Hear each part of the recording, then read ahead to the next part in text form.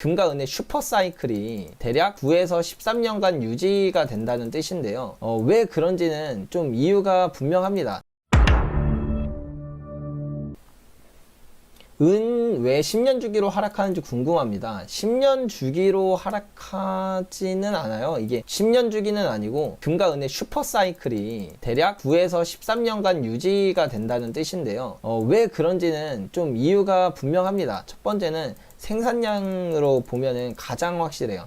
이게 그 금과 은의 생산량은 하나의 추세성을 갖고 있거든요. 실제로 보여드리면서 설명드리는 게 맞는데, 제가 한 300년치 생산량 데이터를 한번 보여드리겠습니다. 340년치의 금 생산량인데요. 이렇게 보시면 이게 이제 340년치 금 생산량 데이터거든요. 제가 직접 다 엑셀로 하나하나 입력해서 만든 건데, 이거 만드느라 진짜 그때 얼마나 힘들었는지. 어쨌든 보시면 이게 하나의 이렇게 추세성을 가져요. 이 뒤에 거는 안 움직인 게 아니라 이때도 다 움직인 건데, 너무 이게 여기가 너무 높아서 저희가 작아 보이는 거거든요. 그래서 로그 그래프를 보면 좀 낮긴 하지만 이렇게 어쨌든 이런 하나의 추세성을 갖습니다. 오를 때도 계속 오르고 내릴 때도 내리고, 이 내릴 때 이게 되게 조그매 보이지만 이게 340년이라 그렇지 이게 10년 정도 돼요. 거의 9에서 10년 정도 되는데, 이렇게 내릴 때 이런 큰 추세성을 갖는다. 오를 때도 그렇고 내릴 때도 그렇고. 그러면 금과 은의 생산량은 왜 추세성을 갖는가, 이거에 대해서 생각을 해봐야 되거든요. 근데 이것도 이유가 너무 극명합니다. 결국에는 시차 때문에 그래요. 무슨 시차냐, 만약에 새우깡은 갑자기 사람들이 수요가 폭증하면 공급을 금방 늘릴 수가 있어요. 공급을 금방 늘리면 늘리죠. 뭐 기존에 하던 뭐 공장 24시간 돌리면 되는 거고, 그것도 모자란다? 그러면 옆에 하나 더 지던가, 아니면 다른 그 뭐 기계 공정을 새우깡으로 살짝 바꿀 수도 있는 거고. 새우깡 됩니다. 그래서 허니버터칩 같은 것도 막 허니버터칩 이런 거 있잖아요. 이런 거 대란이 일어나도 생각보다 그렇게 오래 안 가는 이유가 공급을 금방 받쳐줄 수 있어서 그래요. 그리고 예를 들면 우리 코로나 했을 때 마스크도 있었죠. 마스크도 막 맨날 그 약국 가가지고 줄 서서 했지만 지금은 안 그러는 이유가 어느 정도 조금만 시간이 지나면 공급이 금방 받쳐주거든요. 수요가 몰리면. 근데 이제 금에 대해서 생각을 하면, 금과 은이 만약에 가격이 좀 올랐다 치죠. 수요가 붙어서 가격이 좀 올랐어요. 이게 1, 이게 2. 그러면 이제 공급을 갑자기 늘릴 수가 있느냐? 이게 3? 이게 안 된다는 거죠. 왜냐? 금은 그냥 금과 은 똑같으니까 금이라고 이야기를 드릴게요. 금은 처음에 어떤 광산을 이렇게 해서 여기서 광산에서 이렇게 금을 캐잖아요. 근데 요즘 금값이 많이 올랐네, 수요가 막 붙네, 그러면은 우리 채굴 좀 한번 빡세게 해볼까 해서 막 갑자기 딱 문 열고 나와가지고, 야 가자 얘들아 가자 해가지고 막 이렇게 금 캐고, 이게 쉽지가 않단 말이에요. 왜냐? 처음에는 탐사를 해야 돼요. 금을 캐기 전에 어떤 광산에 얼마만큼의 금이 있는지 탐사를 해야 돼요. 그래요, 오케이, 일단 탐사를 했어. 이렇게 쫙 했는데, 여기가 금이 많을 것 같아. 탐사를 했으면 그때부터 가자, 이게 또 안 돼요. 왜냐면 그 다음에는 이제 인프라를 깔아야 돼요. 예를 들면은 그 금을 옮길 수 있는 이런 철로들이 있잖아요. 뭐 이렇게 막 보면은 이런 식으로 이렇게 해서 막 금 이렇게 쌓아서 옮기는 이런 철로를 만들어야 되는 것도 있고, 아니면 뭐 광부들이 쉴 수 있는 이런 숙소도 만들어줘야 될 것이며, 그 주변에 그 뭐 광부들이 필요한 물자들을 판매할 수 있는 뭐 그런 시스템도 만들어 놔야겠죠. 아무튼 여러 가지 인프라가 갖춰져야 됩니다. 이게 뭐 하루 이틀 뭐 광산에서 금 캐고 올 수 있는 게 아니니까요. 그래서 인프라가 만들어져야 되고, 세 번째는 이제 그렇게 해서 금을 채굴을 하면 정제 과정을 거쳐야 돼요. 그 다음에서야 채굴을 하고 그 다음에 정제 과정을 거치고, 그래서 이제 금의 원석이 이제 진짜 금이 돼서 시중으로 나오는 거죠. 금 이렇게 해서. 근데 수요가 늘어서 가격이 조금 올랐다고 해도, 그럼 그때 내가 공급을 늘리고자 한다면 이것부터 가야 되거든요. 그럼 이 탐사를 하고 인프라를 깔고 정제를 거쳐서 금으로 나오는데 걸리는 시간이 최소 1에서 2년 이상은 걸릴 거란 말이에요. 그러면 1, 2년 이후에 지금 가격이 조금 오르고 수요가 조금 오르는 게, 내가 그때 올라가지고 이렇게 탐사해서 인프라 깔고 금으로 결국 정제해서 1, 2년 지나고 봤더니 금 가격이 다시 제자리가 있네? 그러면은 저는 오히려 저는 비용만 더 많이 들고 막대한 손실을 입게 되겠죠. 1, 2년 뒤에는 임금도 더 많이 올라와 있을 거고 다 한데, 근데 금 가격이 똑같네? 아니면 더 떨어졌네? 이러면은 진짜 큰일 난단 말이에요. 그래서 수요에 의해서 금 가격이 뭐 어느 정도 올랐다? 요 정도로 이 공급을 확 늘릴 수가 없기 때문에 이 공급은 한참 뒤에 후행합니다. 금 가격에. 그래서 금 생산량이 한번 줄기 시작하면 그래서 이제 또 이게 금 생산량이 거의 10년을 줄어요. 그런 이유다. 그래서 이 생산량이 공급이 줄다 보니까 금 가격이 이렇게 그때부터 이제 가격이 상승하기 시작하는 거고, 그런 현상이 있다. 그래서 실제로 금의 생산량과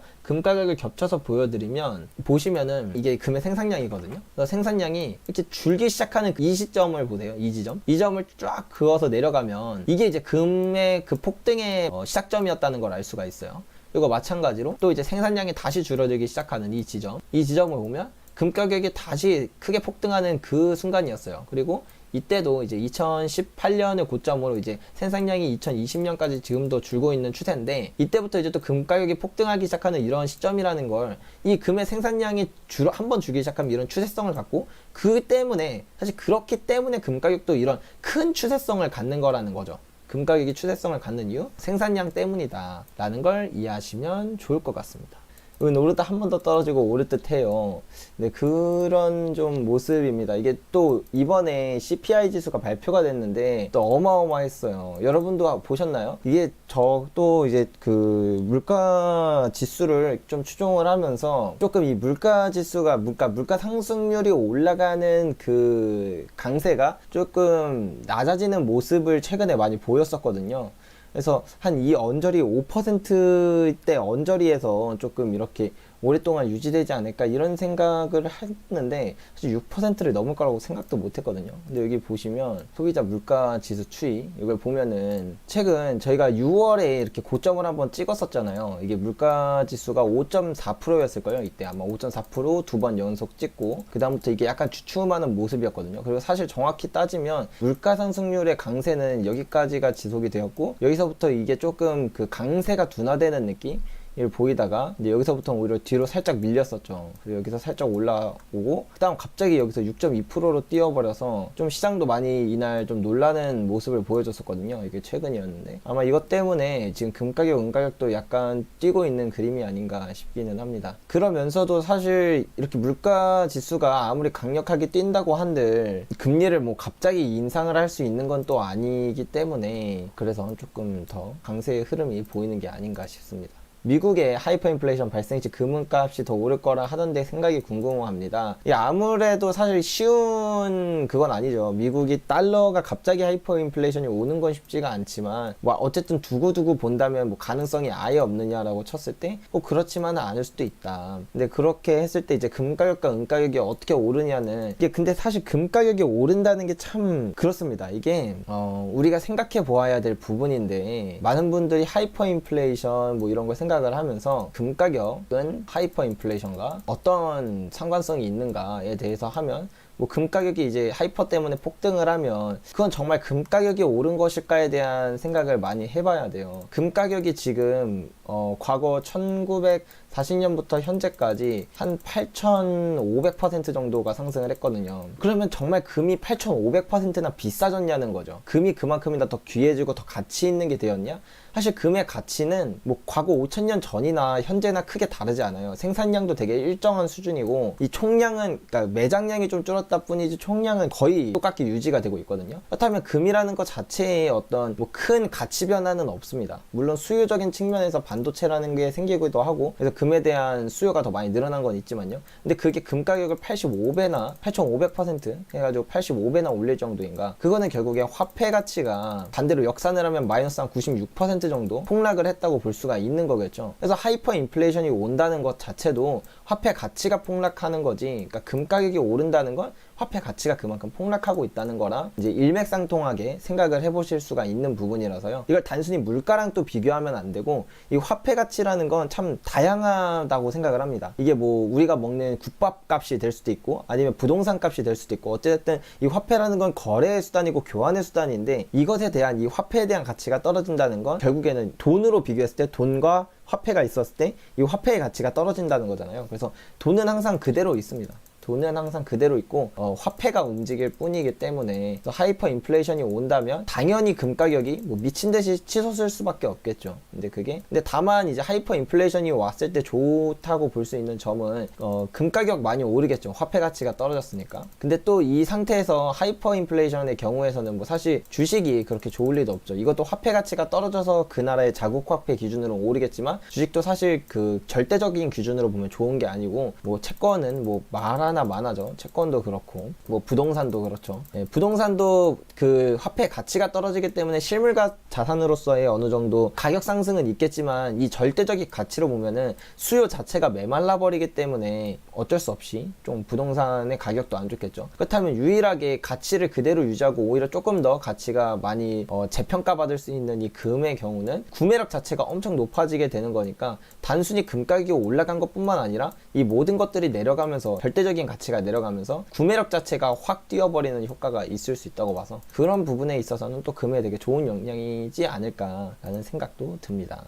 은이나 금이 어느 정도 있다면 굳이 물가연동채 살 필요는 없겠죠. 네, 맞습니다. 그 보유 비중을 저는 대략 내 자산을 기준으로 봤을 때 7.5%에서 15% 정도를 보유하고 있다면 굳이 물가연동채권을 갖고 있을 필요는 별로 없다라고 생각을 합니다. 결론적으로 이 자산 배분의 그 포트폴리오 모형을 보면 거기서 각 자산군마다 어느 정도의 그 비중을 갖고 있는 게 가장 효율적인지가 나오거든요. 보통 주식 같은 경우에는 40%에서 60% 정도가 제일 적당하고 채권 같은 경우도 30%에서 또 많게는 60%그 정도까지 좀 여유를 가지고 늘렸다 줄였다 해도 상관은 없습니다. 다만 이 원자재랑 이 금 약간 이런 쪽에서는 사실 7.5%에서 15%가 가장 좋아요. 그래서 가장 그 베스트 시나리오는 이제 많은 분들이 또 이렇게 뭐 제임스 리카즈도 하는 말처럼 금은 자산의 10%를 보유하고 있어라 라는 말이 또 괜히 나온 말이 아니고 실제로 이렇게 자산 배분을 해서 포트폴리오를 굴려보면은 이제 샬프 지수라 그래서 그 포트폴리오의 효율성이 되게 뛰어나지고요. 그 다음에 뭐 올웨더 포트폴리오 있잖아요. 그 레이달리의 올웨더 포트폴리오를 보면은 금 7.5%에 원자재 7.5%를 담아라 라고 하는데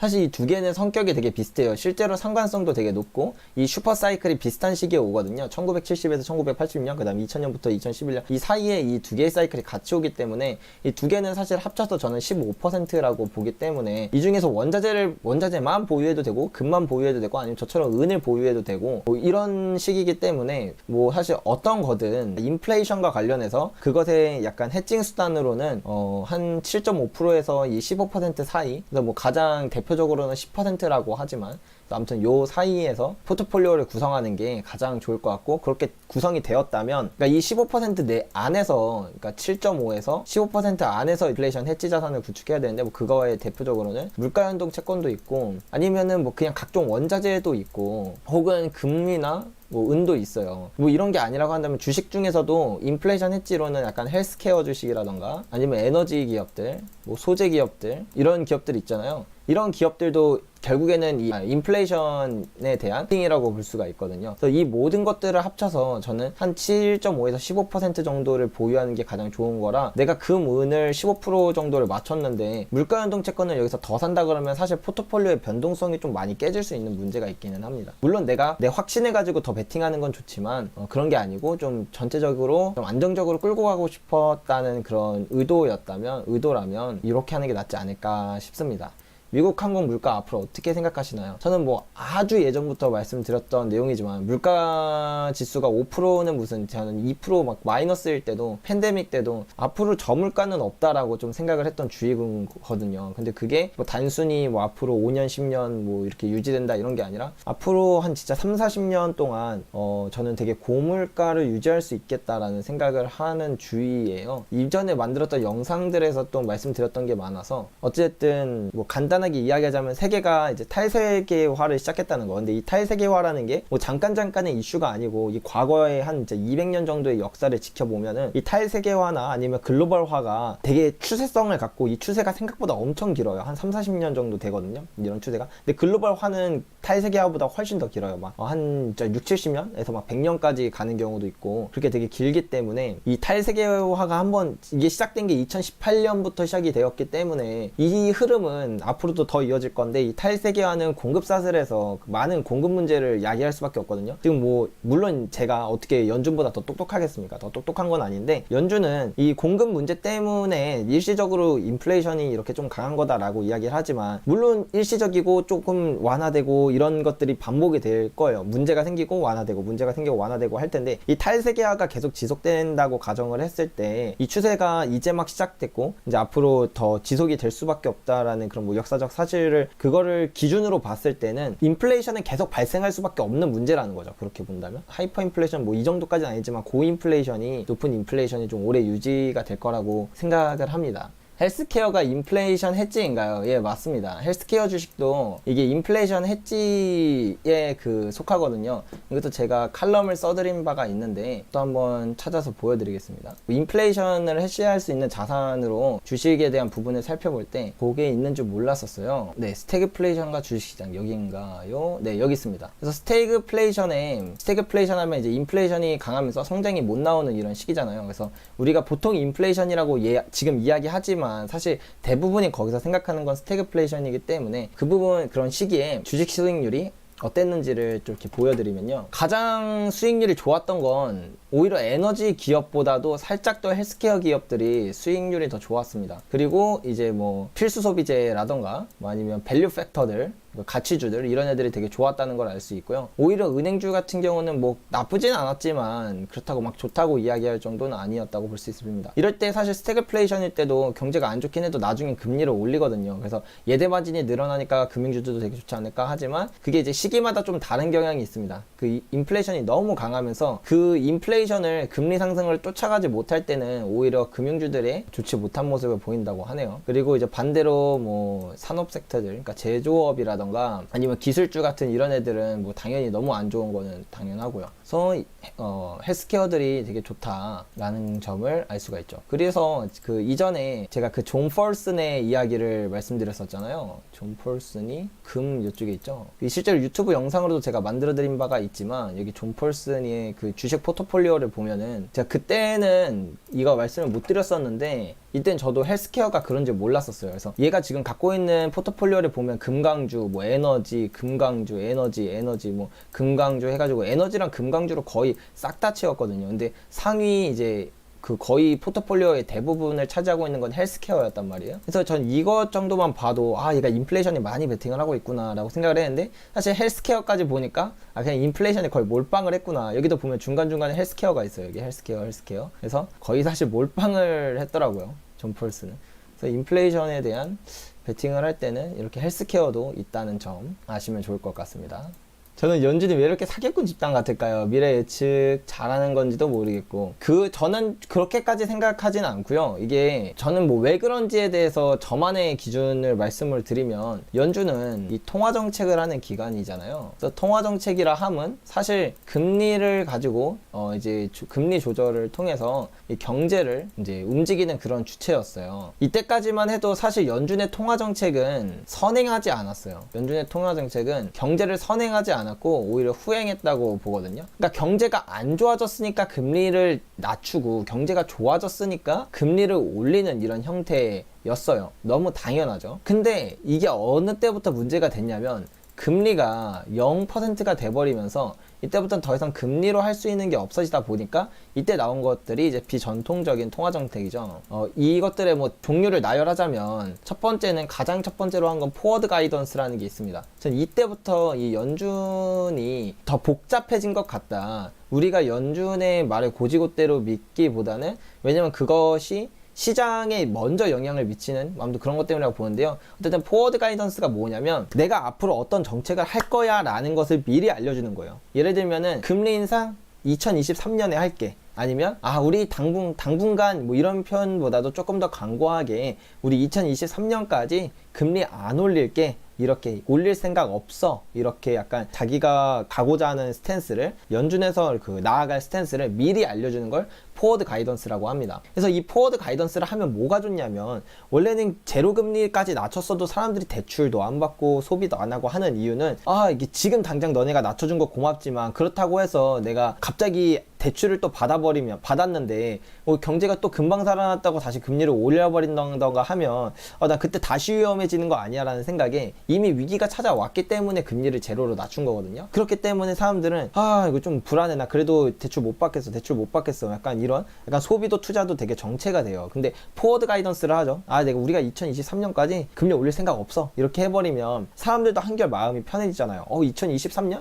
앞으로 3년 남았는데 3년 동안 금리 안 올린다 그러면 그래도 이러면은 그래도 사업을 다시 한번 대출 일으켜서 다시 해볼 만한데, 아니면 뭐 그 전에 투자를 안 하고 있었던 거를 이거 다시 조금 레버러지 비율을 높여서 투자를 조금 완전한 것보다 좀 더 사봐도 되겠는데, 이런 식으로 사람들이 조금 더 적극적으로 할 수 있게끔 바꿔주는 정책이란 말이에요. 이 포워드 가이던스를 하게 되다 보니까, 그러면 이제 이 다음에 나왔던 게 뭐 양적 완화나 뭐 자산 매입 프로그램이 있죠. 이 자산 매입이 사실 양적 완화가 일부지만, 그 일부이긴 하지만 여기선 조금 더 나아간 걸로 뭐 주식이나 회사채나 그리고 부동산 이런 것을 이제 사주는 거죠. 중앙은행에서. 양적 완화는 그 국채랑 MBS를 사주는 거고요. 그리고 이제 마지막에 이제 YCC가 있는데, 우리가 아직 이 YCC 단계까지는 안 갔지만 어쨌든 이 단계, 자산 매입 프로그램 단계까지 오면서 사람들이 이제 알았잖아요. 양적 완화를 하면 어떤 자산이 오르는구나, 그 다음에 자산 매입 프로그램을 하면 경제가 어떻게 변하고 어떤 자산이 오르는구나를 알다 보니까, 그 다음에 뭐 테이퍼링을 하면 어떻게 되는지도 다 알다 보니까, 사람들이 학습을 하다 보니까 이 포워드 가이던스를 할 때마다 그러니까 이걸 베이스로 깔고 다음 정책을 하는 건데, 할 때마다 문제가 되는 거죠. 양적 완화를 우리가 지금부터 시작할게, 뭐 아니면은 시작할 예정이야 라고 말하면 그때부터 진짜 이 어떤 특정 자산 가격이 폭등할 거를 사람들이 알다 보니까, 양적 완화를 하기 이전부터 왠지 할 거라는 그 기대감에 이미 가격이 훨씬 더 먼저 올라버리는 이런 현상이 일어나고, 지금은 이것들이 그래도 거의 한 12년, 13년이 반복되다 보니까 사람들이 어마어마한 학습을 했다는 거죠. 그러니까 연준도 못 맞춘다기보다는, 연준이 하고자 하는 스탠스를 말하면은 그 말하기 이전에 가격이 오르니까 그걸 말하기 전에 또 뭐 어떤 스탠스를 취해야 하는가에 대해서 생각을 하는 거고, 그래서 최근에는 이런 말이 있었잖아요. 테이퍼링의 논의에 대한 논의. 그러니까 테이퍼링에 대한 논의를 하면 논의인 거지, 테이퍼링의 논의에 대한 논의를 한다라고 말할 정도라는 건 그만큼 사람들이 많이 포워드 가이던스가 시작된 이후로 사람들이 그 어떤 통화 정책이 시작이 되면 어떻게 변하는 것을 학습했기 때문에 그 전에 어떠한 스탠스를 취해야 되는가에 대한 연준이 고민이 많이 빠져서, 그래서 약간 좀 더 뭔가 어려워졌다, 이렇게 복잡해지고 좀 그런 게 아닌가라는 생각이 듭니다. 그래서 약간 그래서 사기꾼 같다고 느껴지는 걸 수도 있다고 저는 봐요. 8억 정도의 서울집이 있다고 할 때 단순하게 금 1kg을 8천만이라고 보면 금 10kg 정도 살 수 있을 텐데요. 만약 20년 뒤에 금 10kg로 집을 고른다고 할 때 집의 퀄리티가 20년 전 당시 8억 집보다 높은 것인지 낮은 것인지 비슷할지 궁금한 게 생겼는데, 어떻게 질문의 요지가 서울집이 이제 한 8억 정도 한다. 근데 금 1kg이 대충 8천이라고 쳤을 때 이걸 곱하기 10을 하면 서울집 대 금은 10대 1이 되는 거죠. 네. 근데 20년 뒤에 금을 10kg로 집을 고른다 했을 때 집의 퀄리티가, 그러니까 이렇게 지금 현재 이건데, 이게 이제 20년이 지났을 때 금 10개로 뭐 이전에 서울집에 버금가는 퀄리티의 집을 살 수 있는가, 이거에 대해서 궁금하신 게 맞으시죠? 뭐 사실 20년이라고 치면 아마 안 될 거라고 봅니다. 왜냐면 이게 모든 이제 투자 자산을 나누면 이렇게 나눌 수가 있어요. 주식, 부동산, 채권, 이것도 이제 장기랑 단기랑 나누죠. 장단기, 그다음에 현금, 이렇게 쭉 나눈다고 봤을 때 투자 수익률이 이 순서로 높아요. 그래서 주식이 가장 높고, 그 다음 부동산, 그 다음에 장기 채권, 단기 채권, 금, 그 다음에 현금, 이 순으로 투자 수익률이 높단 말이에요. 장기 투자 수익률로 보면요. 그러면 보통 이게 10년으로 쳤을 때는 그 한 사이클이 어떤 사이클이냐에 따라서 금이 훨씬 더 높은 수익을 가져갈 때도 있고, 주식이나 부동산이나 채권이나 뭐 어떤 특정 자산이 10년만 두고 보면 훨씬 더 높은 수익을 낼 때가 있어요. 근데 이제 20년으로 가게 되면 그때부터는 거의 이 장기 투자 수익률에 거의 근접을 하게 되거든요. 항상. 이제 최고는 30년부터인데 보통 20년만 해도 이 장기 투자 수익률에 거의 근접을 하게 되어 있어요. 주식 같은 경우에는 이제 물론 이걸 어떤 지수로 노느냐에 따라 다르지만 다우 지수를 기준으로 했을 때 8.8% 정도를 보고 있고, 부동산 같은 경우가 이제 거의 이거에 버금가긴 하는데 한 7% 정도, 그다음에 채권, 장기 채권 6%, 단기 채권이 아마 4%인가 될 거예요. 그리고 금이 2%고 현금은 0%죠. 이거는 이제 인플레이션을 제외한 수익률입니다. 고려하지 않은 수익률인데, 이렇게 봤을 때 당연히 이 수익률로 가게 된다면 20년 동안 2%로 복리 계산을 한 거와 부동산으로 7%로 복리 계산을 하면 당연히 부동산이 훨씬 더 많이 올라 있을 수밖에 없겠죠. 이거는 너무 당연한 이치고, 20년을 두고 본다고 했을 때 그렇게 따지면 20년 투자할 거면 주식에 몰빵하는 게 더 낫겠죠. 근데 우리가 사실 그 20년간의 변동성을 견딜 수 없거나 아니면 특정 사이클에서 특정 자산을 잘 편승할 수 있다라고 생각을 했을 때는 그렇게 저렇게 뭐 자산을 옮겨 다니거나 아니면 배분을 하거나 뭐 아니면 뭐 그렇게 하는 방법이 가장 좋지 않을까 싶습니다. 진짜 금은은 거의 잊혀진 자산 같아요. 비트코인, NFT. 예, 맞습니다. 요즘에 뭐 비트코인과, 그러니까 코인 시장이 되게 핫하긴 하죠. NFT도 그렇고. 근데 그럴 수밖에 없는 게 이쪽 지역이 규제가 별로 없어서 그래요. 법적인 테두리도 없다 보니까 여기서 뭐 최근에 오징어 게임 코인 보세요. 막 5분 만에 빵원이 돼버리는데, 그 2,800원에서 빵원이 돼버리는데, 사실 그거는 엄연한 작전이거든요. 주식은 그렇게 하면 진짜 잡혀가요. 물론 주식 아직도 작전이 있죠. 지금 저도 가끔 단기 트레이딩을 가끔 하면서 보면은 작전이 있지만, 주식은 그 많은 역사 동안 작전이 계속 있어 왔지만 이전만큼 그렇지 않은 이유가 계속 규제를 해서 그렇거든요. 요즘 보시면 대선이 다가올수록 대선 관련주들이 날아가지만 걔네들 예전 대선주 같지가 않아요. 저 바로 제가 처음 주식 시작했었을 때도 그 문재인 대통령과 이제 그 안철수 두 대선 후보가 있었을 때 둘 다 진짜 몇십 배씩 상승을 했었단 말이에요. 그리고 그 전에 그 박근혜 대통령, 그 다음에 안철수 의원과 한 분이 이명박 대통령 뭐 이렇게 있었을 때 뭐 이화공영, 써니전자, 그 다음에 뭐 아가방 컴퍼니 이런 애들 올라가는 거 보면 진짜 미친 듯이 올라갔어요. 그런 것처럼 이렇게 계속 규제가 가해짐에 따라 이런 작전의 정도가 낮아지고, 그로 인해서 조금 이 시장이 많이 죽어가는 게 있는데, 근데 지금 보면 비트코인과 그땐 진짜 주식 엄청 핫했죠. 그때 코스닥 지수 찍는 거 보세요. 진짜 날라갔어요.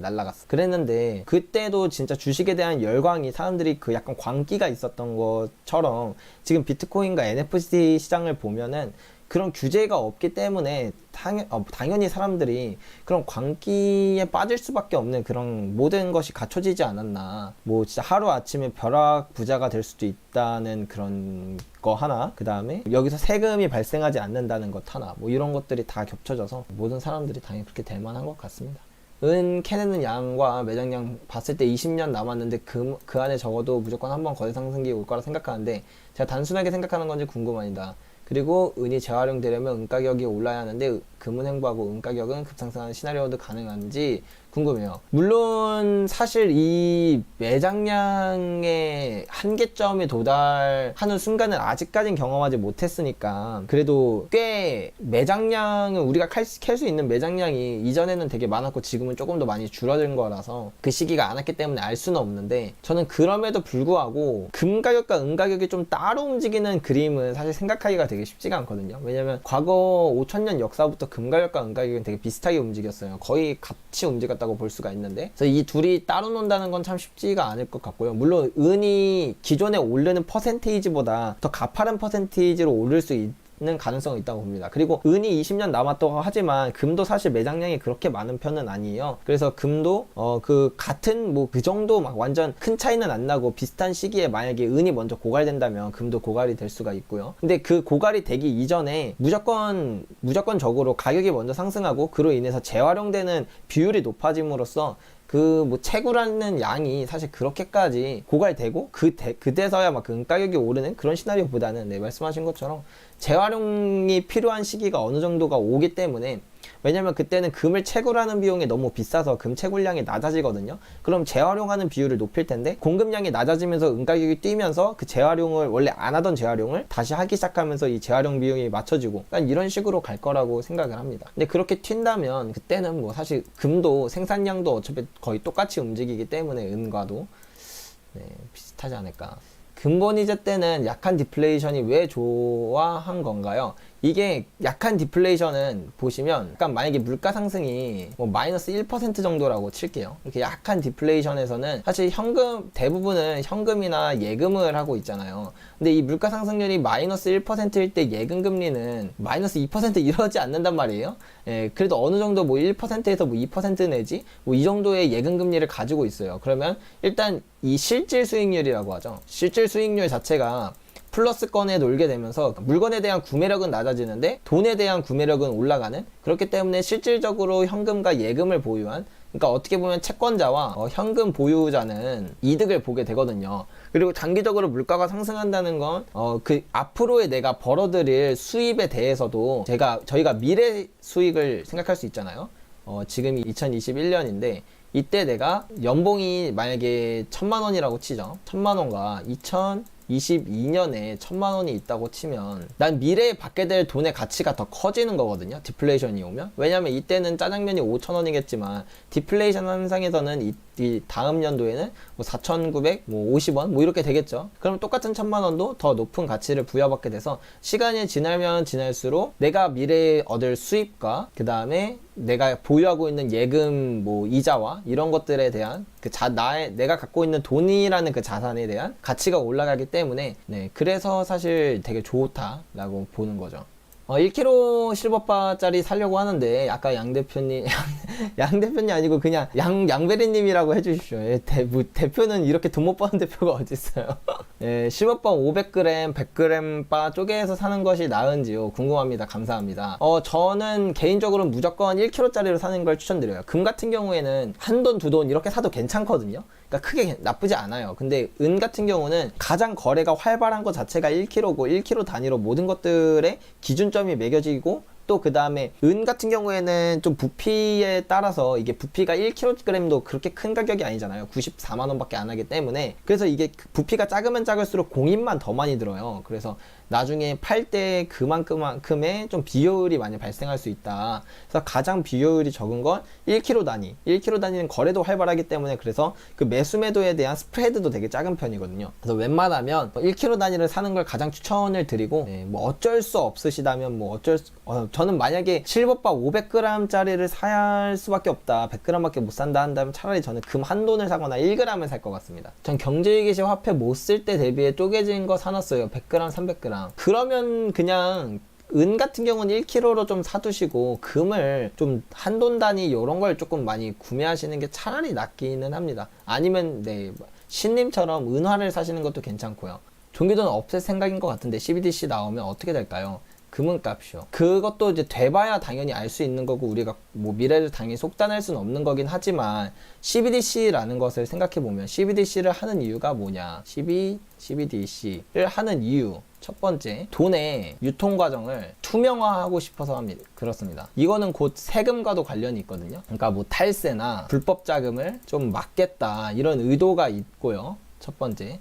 두 번째는 그러니까 통화정책의 특례입니다. 통화정책으로 가장 쓰고 싶은 게 마이너스 금리 정책인데 이 마이너스 금리 정책을 쓰려면 종이돈이라는 게 없어야지만 마이너스 금리 정책이 그거에 대한 영향이 드러나는 거거든요. 실제적으로 적용이 되는 거라서 이 CBDC는 이 두 가지의 이유가 가장 큰데 이 탈세랑 불법 자금을 없앤다고 하지만 투명화한다고 하지만 사실 지난 인류의 역사에서 탈세랑 불법 자금은 없었던 적이 없어요. 검은 돈이 없었던 적이 없고 탈세가 없었던 적이 없습니다. 어떤 방식으로도 그들은 그러니까 인류는 그런 것이 분명히 어딘가에 존재할 수밖에 없거든요. 그렇다면 이제는 뭐 종이돈이 그것에 좀 많이 큰 역할을 하긴 했었는데 이거가 안 된다면 그나마 가장 가능성이 있는 건 뭐 이제 많은 사람들이 말하는 암호화폐나 금이나 이 둘 중에 하나인데 그쯤 되면 사실 암호화폐도 이게 블록체인 기반이고 블록체인이기 때문에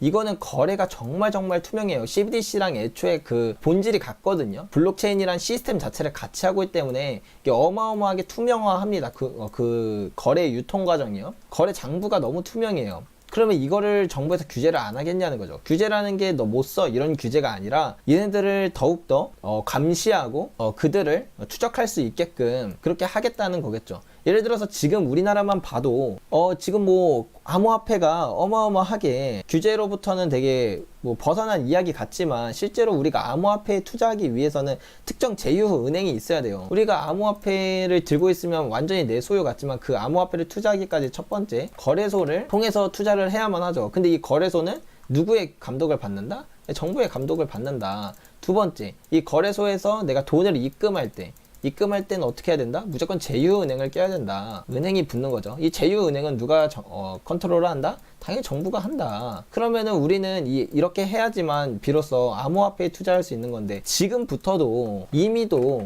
이 암호화폐에 투자하기 위해서는 정부의 규제를 받고 있습니다. 어느 정도 감시를 받고 있다고 보는 게 맞겠죠. 그러면 우리가 암호화폐를 통해서 정말 탈세와 불법 자금을 활용할 수 있을까? 불가능하다는 거죠. 그렇다면 금에 대한 수요가 이전보다 더 많이 늘어날 수도 있다라는 그런 부분도 충분히 타당성 있는 이야기로 셀 수가 있고요. 두 번째, 마이너스 금리 정책인데 이것도 사실 비슷해요. 마이너스 금리를 하게 되면 우리는 두 가지의 선택지에 놓이게 됩니다. 첫 번째는 투자를 하던가, 두 번째는 소비를 하던가, 이 둘 중에 하나를 무조건 택할 수밖에 없도록 그렇게 봤거든요. 종이돈이 없으니까 이 둘 중에 하나를 안 할 수는 없어요. CBDC이기 때문에 이 둘 중에 하나를 택해야 되는데, 근데 우리는 그 5,000년의 역사 동안 사실 금이 돈이었다는 걸 알거든요. 그러면 사람들에겐 또 하나의 선택지가 사실 있는 거예요. 금을 보유한다. 마이너스 금리일 때. 그래서 마이너스 금리 정책을 쓴다는 것도 그만큼 어마어마한 돈풀기 정책이죠. 사실 마이너스 금리라는 거죠. 어마어마한 돈풀기 정책이고, 그렇게 그 투자하거나 소비하지 않는 사람들을 이렇게 혼내주기 위함인데,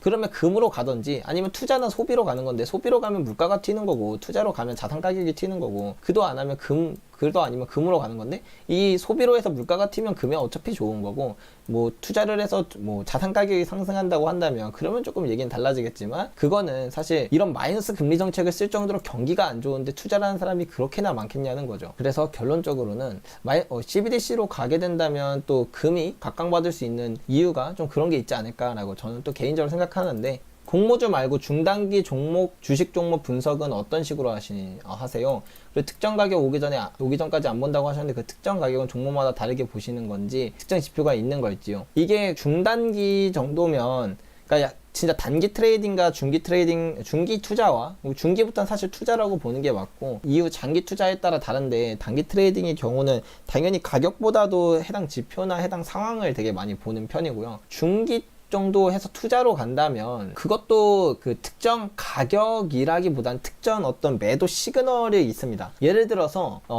이런 주식 투자를 할 때 멀티플이라는 기준이 있어요. 만약에 제가 옛날에 누룽지를 진짜로 너무 좋아해서 누룽지를 만들어 팔려고 했었는데, 그러니까 양배리 누룽지 하는 이런 가게가 있다고 칩시다. 1년에 1,000만 원을 벌어요. 근데 이 기업이 예를 들어서 이 기업을 내가 통째로 사려고 그러면 한 5천만 원이면 살 수 있습니다. 그러면 이 기업을 통째로 사서 본전을 뽑는 데까지 걸리는 시간은 5년이겠죠. 이 5년이라는 시간, 이게 멀티플이라고 합니다. 그래서 이게 곱하기 멀티플, 그러니까 곱하기란 뜻이죠. 그래서 이 1,000만 원 순수익에 몇 배를 곱하면 이 기업의 가치를 만드느냐, 이거는 내가 몇 배를 주느냐에 따라 다르지만 역사적 평균치라는 게 어느 정도 존재하거든요. 그 기업이 되게 막 들쭉날쭉한 기업이 아니고 되게 안정적으로 성장을 하는, 아니면 안정적으로 돈을 버는 기업이라면 어느 정도 평균적인 그 멀티플이 존재해요. 그게 예를 들어서 뭐 5배라고 치지만, 내가 만약에 얘가 2배까지 내려온 상황일 때 샀다 라고 한다면 이 멀티플을 5배를 보고, 이 멀티플이 5배가 오기 전까지 안 파는 그런 전략을 취할 수도 있겠죠. 그렇기 때문에 이런 거는 뭐 가격이라기보다는 이 멀티플을 보고 판단하는 경우가 되게 많습니다. 탄소세에 대한 이야기가 최근 자주 들리는데 금과 은에 미치는 영향이 있을까요? 그 부분도 말씀드릴 게 많죠. 근데 탄소 중립으로 가게 되면, 제가 근데 이게 자꾸 뭐만 하면은 이게 왜 금에 좋다라는 얘기를 하니까, 너는 말하는 거 다 금에 좋다라고 어떻게든 연결시키는 거 아니냐 이런 말씀 하시는데, 그냥 애초에 질문 자체가 금에 좋을 수밖에 없는 질문을 대부분 주세요. 물론 금이 안 좋을 수 있는 그런 이슈도 있고 뭐 다른 그런 이슈들도 분명히 있거든요. 근데 아무튼 그래서 어쨌든 탄소 중립에 대해서 말씀을 드리면, 얘가 금과 은에는 정말 좋을 수 있다. 왜 좋을 수밖에 없느냐에 대해서 말씀을 드리면, 탄소 중립을 한다는 게 단순히 탄소를 줄인다는 게 아니고 탄소를 줄이기 위해서 규제를 가한다. 이 규제가 결국에 핵심입니다. 이 규제를 어디에 가하냐? 탄소를 많이 쓰는 기업들한테 당연히 규제를 가하겠죠. 환경 물질을 많이 배출하는 기업들한테요. 그러면 어떤 기업들이 가장 힘드냐라고 봤을 때 전통 산업들이 제일 힘듭니다. 뭐 이런 쉽게 말해서 굴뚝 기업이라고 하죠. 굴뚝 기업들한테 가장 최악이겠죠. 이들에 대한 규제도 많이 있을 것이고, 그렇기 때문에 이들의 그 기업 마진이 많이 위태위태할 수 있습니다. 이들이 뭐 예를 들면 탄소 배출권을 사야 되는 것도 있고, 탄소 배출권만으로도 안 돼서 뭐 예를 들면은 뭐 세금 폭탄을 맞을 수도 있는 부분도 있고요. 그리고 탄소 배출권을 사더라도 뭐 여러 가지 또 다른 규제를 얻어맞을 수도 있겠죠. 그러면 이제 우리가 금과 은에 대해서 이해하기 전에 금광주와 한번 은광주에 대한 생각을 해볼 필요가 있습니다. 이들은 진짜 완벽한 전통 산업이고, 그리고 환경 파괴에 거의 주범이라고 볼 수 있겠죠. 산을 뭐 그냥 다 뚫고 나발이고 그냥 해가지고 뭐 정제하는 데는 또 얼마나 큰 환경 오염 물질들이 나오며, 사실 이들은 규제의 대상입니다. 그러면 진짜 만약에 엄청나게 큰 뭐 기업이라고 치죠. 뭐 예를 들면은 뭐 뉴몬트라던가 베리골드라던가 이런 기업들은 그나마 돈도 많이 벌고 돈도 많이 있고, 심지어 그러니까 뭐 어찌 버틴다고 칩시다. 근데 이 밑에 있는 다른 금광주들은 그냥 조금 안 그래도 지금 좀 허덕이거나 아니면 마진율이 너무 낮거나 이런 기업들은 살아남기가 힘들겠죠. 그렇게 된다면 결론적으로 그런 기업들이 빠져나감으로써 생산량이 줄게 됩니다. 공급에 문제가 생기게 되겠죠.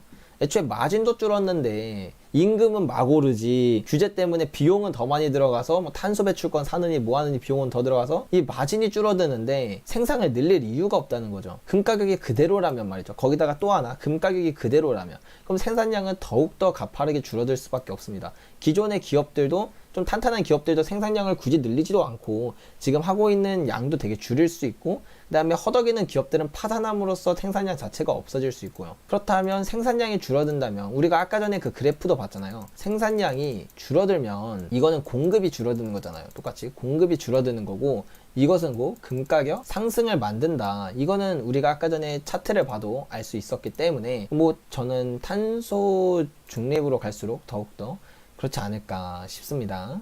맞아요. 확실히 중요한 것 같아요. 그래야 떨어져야 오히려 좋아 하면서 더 살 수 있어.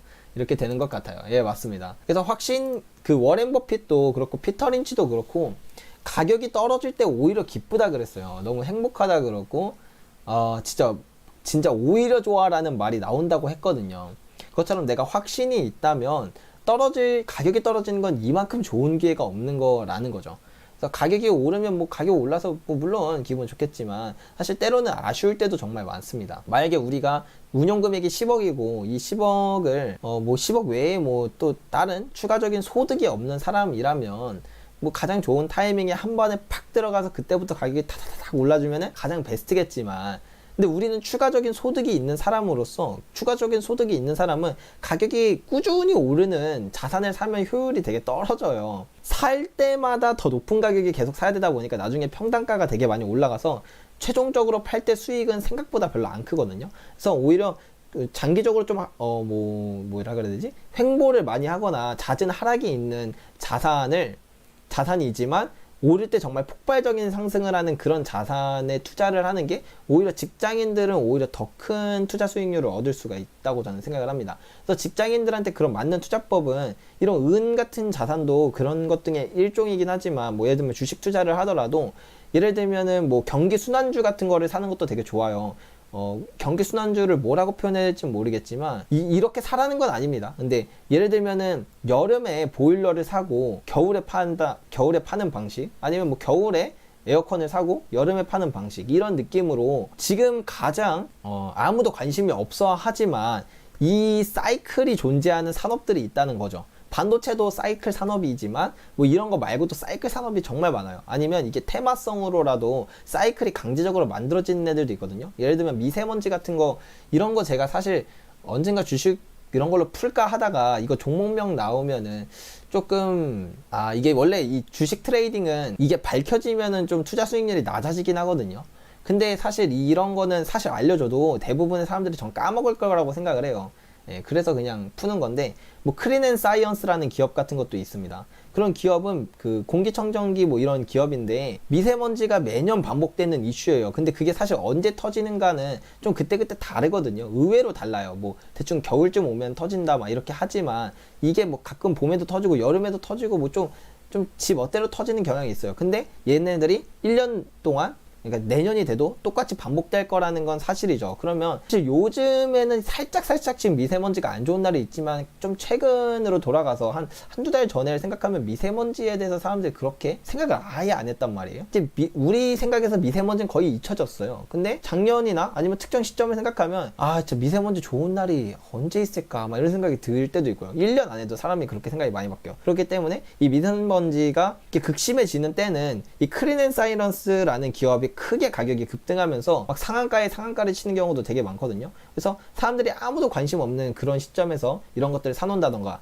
아니면 혹은 우리나라는 또 휴전 중인 국가이기 때문에 국지 도발이 되게 자주 있어요. 이런 국지 도발 이슈도 정말 많거든요. 근데 내가 볼 때 이 국지 도발은 우리나라가 통일되기 전까지는 영원히 있을 수밖에 없는 결국에 문제라고 생각을 해요. 그렇다면 이 국지 도발이 있을 때마다 사실 빅텍이라는 그런 방위산업 기업은 가격이 크게 급등한단 말이에요. 진짜 심할 때는 막 몇 배까지도 급등을 해요. 상한가 막 한두 번 치는 게 아니고 막 다다다다당 하면서 올라간단 말이에요. 그렇다면 지금처럼 솔직히 지금 전쟁 생각하는 사람 잘 없잖아요. 그래서 최근에 진짜 빅텍이라는 기업이 주가가 진짜 많이 내려와서 좀 매력적인 가격대까지 내려왔는데, 이럴 때 아무도 관심 없을 때 대충 그런 언저리에서만 사놔도 그런 이슈 한번 터질 때마다 가격이 빵빵빵 터진단 말이에요. 그러면 사람들이 아무도 관심 없을 때 조금씩 계속 사서 가격이 떨어진다면 오히려 좋아하면서 산다면, 어느 임계점에서 그런 이슈가 터지면서 가격이 정말 급격하게 상승하는 구간에 내 투자 수익률이 이렇게 우상향하는 주식을 사는 것보다 훨씬 더 큰 상승폭을 먹을 수 있다는 거죠. 그래서 좀 갑자기 말이 약간 센 것 같은데